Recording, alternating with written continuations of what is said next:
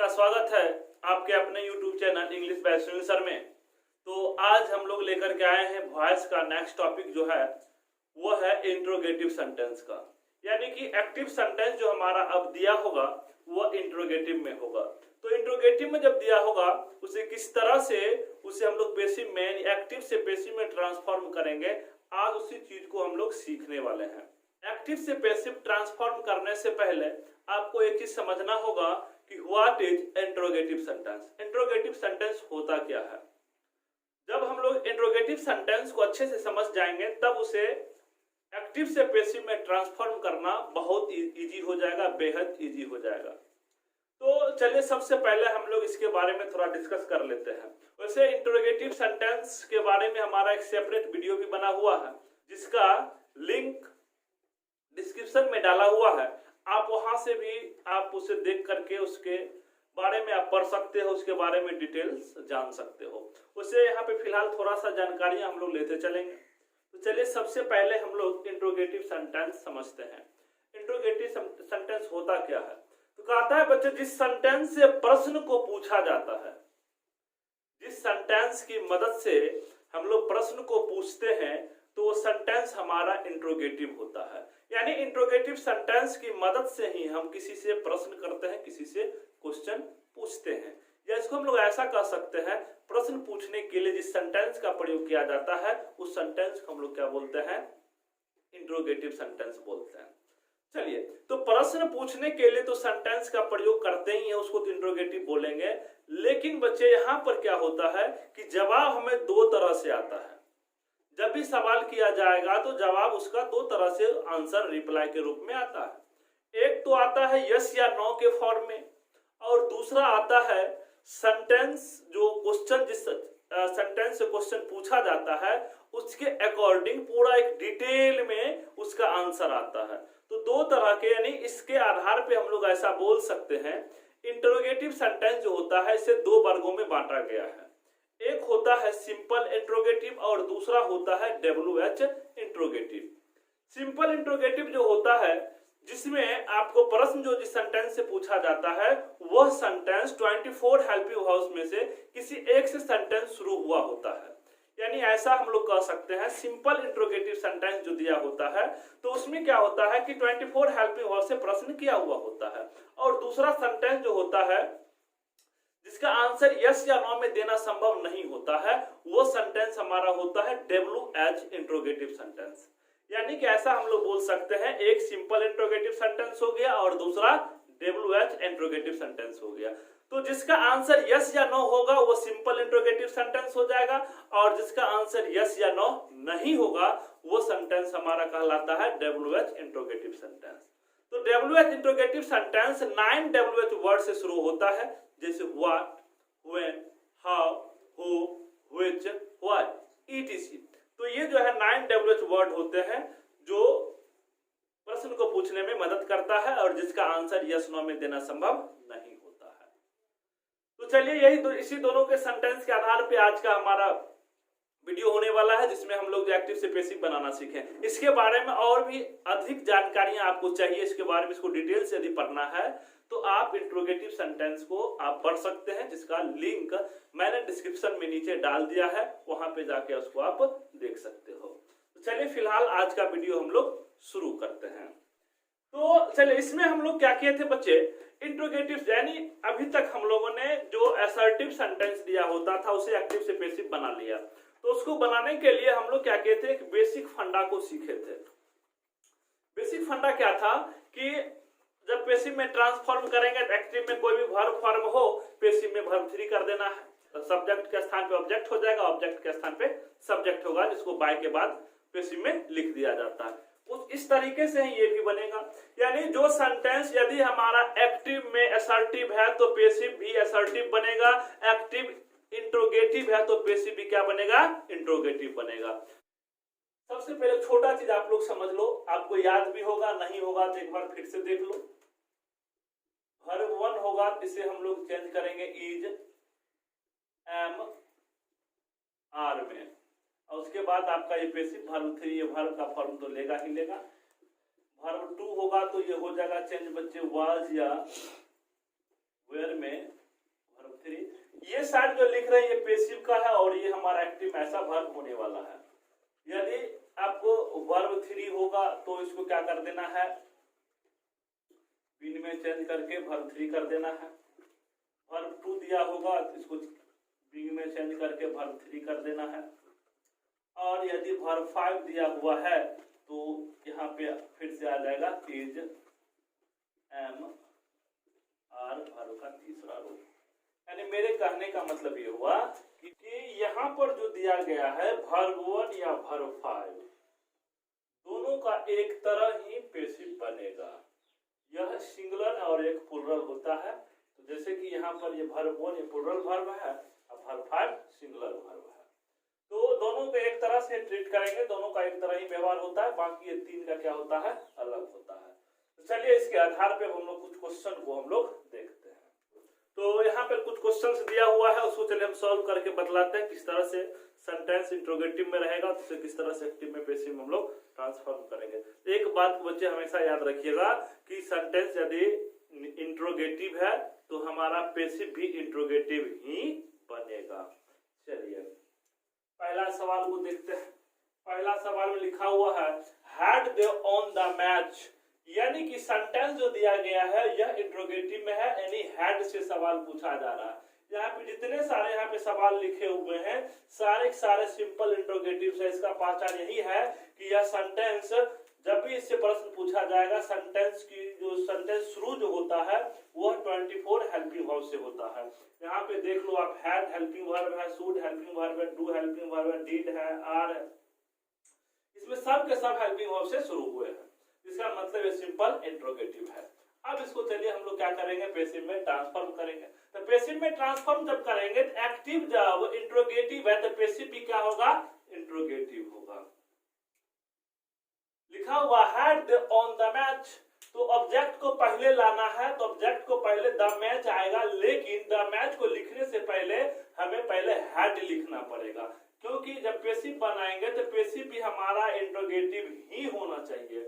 Had the match. अब आपको मैंने एक बात बतलाया था वर्ब 3 को किस में बदल देना है, बीन में। Had the match been on by them, ये हमारा बन गया। दूसरा कहता है should they not write to me, तो अब यहाँ पर एक और बात हो गया बच्चे, यहाँ पर दिया हुआ है verb 1। अब आप कहोगे कि verb 1 दिया हुआ, सर आपने कहा था कि जब आपको एक्टिव में वर्ब 1 दिया होगा तो पेसिव में आपको इज, एम, आर का प्रयोग करना है। जी मैंने कहा था, लेकिन ये भी तो देखो यहाँ पर क्या दिया हुआ है, शुड दिया हुआ है। शुड एक मॉडल वर्ब है और मॉडल वर्ब के साथ ऑलरेडी वर्ब 1 का प्रयोग किया जाता है, और जब ये सेंटेंस में मॉडल वर्ब दिया होता है तो उसमें हमें पेसिव फॉर्म में बी का प्रयोग करना होता है। चलिए तो इसे भी हम लोग क्या करेंगे, ट्रांसफॉर्म कर देंगे। तो शुड, इसको सबसे पहले आपको शुड ही लिखना पड़ेगा, इंट्रोगेटिव बनाना पड़ेगा। अब क्या है, मीट क्या हो जाएगा, शुड आई, उसके बाद क्या लिखा हुआ है, नॉट बी, बी तो लगाना पड़ेगा। उसके बाद क्या होगा बच्चे, राइट, राइट का क्या हो जाएगा, रिटर्न टू।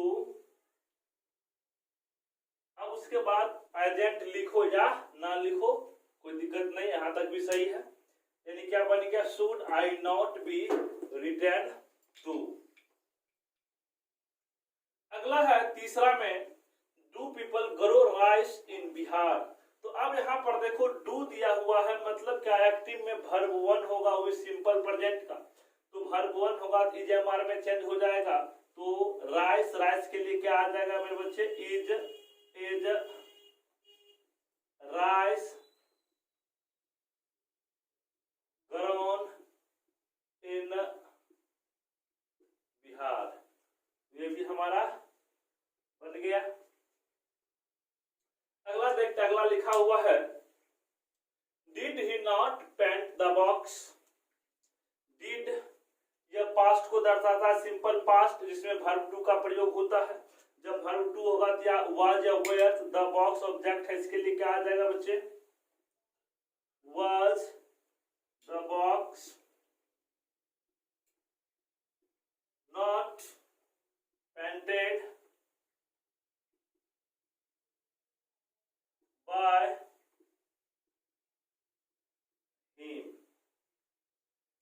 अगला क्वेश्चन है, are you cleaning the room, the room are लगा हुआ है, दीजिए हमारा आएगा, द रूम के लिए क्या हो जाएगा, is the room, is the room. इसका क्या करेंगे बच्चे, क्लीनिंग वर्ब फोर दिया हुआ है, तो वर्ब फोर के लिए मैंने क्या कहा था, बीइंग का प्रयोग करना है। इसका वर्ब फॉर्म हो जाएगा clean by you, and is the room being cleaned by you. ये हमारा बन गया, ये था हमारा सिंपल इंट्रोगेटिव का कुछ क्वेश्चंस जो कि हमने अभी बनाना सीखा, किस तरह से उसे हम लोग एक्टिव से पैसिव में ट्रांसफॉर्म किया, उसको आप लोगों ने देखा। अब हम लोग चलते हैं कुछ डब्ल्यू एज इंट्रोगेटिव में भी कुछ क्वेश्चंस दिए होते हैं, उसको किस तरह से एक्टिव से पैसिव में ट्रांसफॉर्म करेंगे। अब यहाँ पे कुछ सवाल दिया गया है, अब इसे भी हम लोग जिस तरह से बच्चे इंट्रोगेटिव सेंटेंस को अभी हमने सीखा था, किस तरह से सिंपल इंट्रोगेटिव रहेगा उसे एक्टिव से पैसिव में ट्रांसफॉर्म करेंगे, उसी तरह से कुछ डब्ल्यू सेंटेंस को भी हम लोग इसमें देख लेते हैं। तो सबसे पहला सवाल दिया गया है, व्हाट डू यू ईट। जब इसको पैसिव में चेंज करेंगे तो व्हाट है तो व्हाट। अब यहाँ क्या लिखा हुआ है, डू, डू लिखा हुआ मतलब वर्ब वन या वर्ब फाइव, तो इज हमारा आ जाएगा व्हाट इज। अब ये है बच्चे हमारा सब्जेक्ट, अब जब ये हमारा सब्जेक्ट है तो ये चला जाएगा बाय के रूप में, तो व्हाट इज इट, इट का क्या होता है, eaten by you, what is eaten by you. उसी तरह अगला देखते हैं, how many students do you teach. यहाँ पे यू जो आ रहा है ये भी क्या है बच्चे, हमारा सब्जेक्ट, और जब सब्जेक्ट होगा तो किस में चला जाएगा आपको, बाय में। हाउ मेनी स्टूडेंट्स, डू फिर से इज एम आर में चेंज होगा, how many students are, teach का क्या होता है, टॉट बाय यू, यानी how many students are taught by you. अब अगला आता है हु। अब हु का क्या होता है बच्चे, इसमें थोड़ा सा आपको एक चीज समझना पड़ेगा, जब आपको एक्टिव में हु दिया होता है ना, तो यह पैसिव में बाय हुम में चेंज हो जाता है, यदि एक्टिव में हुम दिया होता है तो पैसिव क्या हो जाता है, हु बन जाता है। उसी तरह यदि विच दिया होता है तो विच को आप पैसिव में बाय विच लिख सकते हो, या विच से सेंटेंस को शुरू कर देना है और अंत में सेंटेंस का अंतिम में जाके बाय को लिख देना है, तो ऐसा लिखना ज्यादा बेहतर होगा, इस कारण से हमने ये वाला चीज आपको बतलाया है।